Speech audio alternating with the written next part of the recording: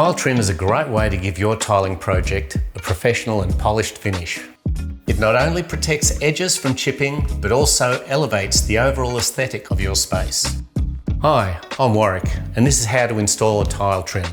Let's get into it.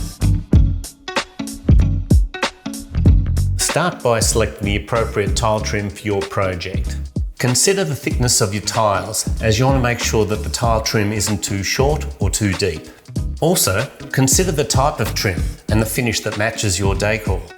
Next, measure the edge or corner where the trim will be installed. Then, mark on the wall where the trim will go, as this will be a guide. Use a tape measure and mark it on the trim with a pencil.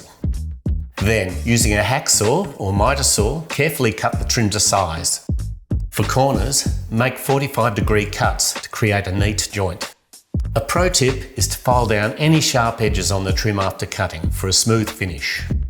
Before you install the trim, make sure you clean the area. Wipe it down with a damp cloth to remove any dust or adhesive residue. Apply tile adhesive to the surface where the trim will sit, using a notched trowel for an even layer. Press the perforated edge of the trim into the adhesive, ensuring it is secure. Then trowel on top of the trim. Begin tiling as usual, pressing the tiles firmly against the trim to hold it in place. Check periodically to ensure the tiles and trim remain level and aligned. Use spacers between the tiles and trim to maintain even grout lines. Before the adhesive sets, double check the alignment of the trim and tiles, adjusting as needed for a seamless finish.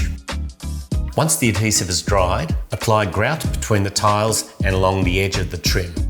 Use a grout float to spread the grout evenly and wipe away any excess with a damp sponge.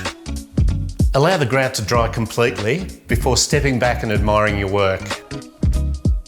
And there you have it, a perfectly installed tile trim that adds a polished touch to your tiling project. If you like this video, make sure you check out our other instructional guides. We've got plenty of DIY advice online to help you tackle your next project with confidence.